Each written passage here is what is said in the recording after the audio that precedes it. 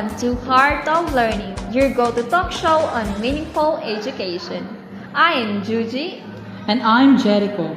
Today, we're talking about an important but often overlooked part of learning. It's assessment in the affective domain. Joining us are two incredible educators. First, we have Dr. Cullen, an experienced teacher with a doctorate in education. Welcome, sir. Thank you. Glad to be here. And also with us is Ma'am Casinilio, a dedicated and passionate master teacher. Welcome, Ma'am.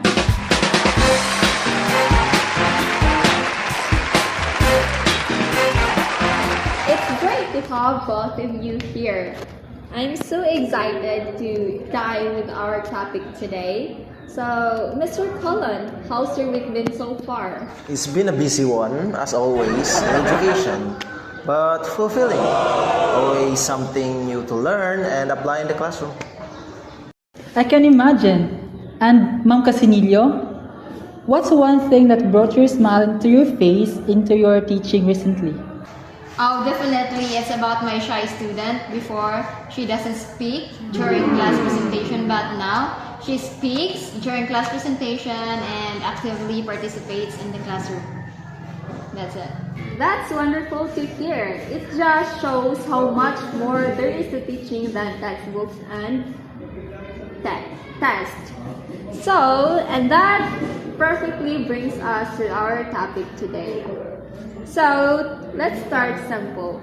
Ma'am Casinello, how would you describe the affective domain? Basically, affective domain is about the emotions, values, and attitudes of students towards learning. It's not just about what students know and what can do, but it's about what the student feel and behave, like their respect, motivation, and more attitude in the learning.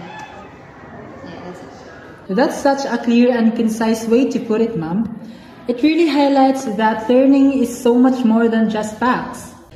Dr. Cullen, why is this important in education? Because learning isn't just academic, it's emotional, it's emotion too. A student's attitude to learn, their self-confidence, and empathy matter as much as their test scores. Absolutely. It's about nurturing the whole child, not just their intellect. That makes so much sense. So, how can teachers assess something emotional or internal? We can use observation, peer ratings, self-reports. For example, if a student participates respectfully or interacts with his peers, that's already part of affective domain. Those are excellent practical methods, Dr. Cullen. It shows that it's not about complex tests, but about insightful everyday interactions. How about you, Ma'am? How about you, Ma'am Casinillo? Yeah, I often use reflective journals and checklists to assess my students' learning in the affective domain. It's like asking how did you feel about the group work? It reveals a lot about the student's attitude toward the subject. Oh, reflective journals? That's brilliant, Mom. It empowers students to go inward and gives teachers a window into their emotional landscape.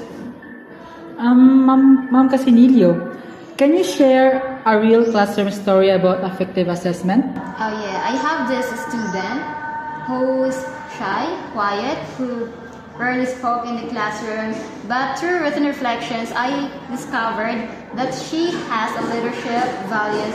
So through guidance, now she began leading discussions in the classroom. Wow, that's incredibly inspiring, Ma'am. It just goes to show that some of the most profound strengths aren't always visible on the surface. And how about you, Mr. Dr. Cullen? Well, in my case, I had a student that has lacked motivation. So through peer ratings and conversation, we have found out that he actually lacks confidence. So we have introduced positive feedback sessions, and his mindset improved significantly. That's a wonderful transformation, Dr. Colon. It really emphasizes how crucial it is to understand the root cause of issues like low motivation and how target emotional support can make all the difference.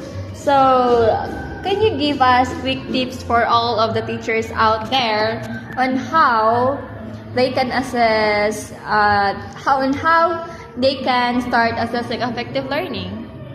To all teachers out there, you can begin assessing the affective domain through observing. Like simple acts like hearing or listening shows growth in the affective domain. That's such a valuable and accessible starting point, Mom. It doesn't require a whole new system, just a shift in focus. Oh, and also encourage self-reflection by letting students write about their feelings, their reactions about the topic, and it also builds both self-awareness and trust. Excellent advice, Dr. Colon. Self-reflection not only fosters or helps students understand themselves better, but also foster a more empathetic and connected classroom environment. So today, we've learned that education is more than academics. It's about values, emotions, and growth of the heart. So a huge thank you to our guest today, Dr. Colon, Ma'am Casinelio, for joining us today. You reminded us that teaching with heart leads to lifelong learning. That's it for today's episode of Heart of Learning. Keep nurturing the mind and the heart. Until next time, stay calm.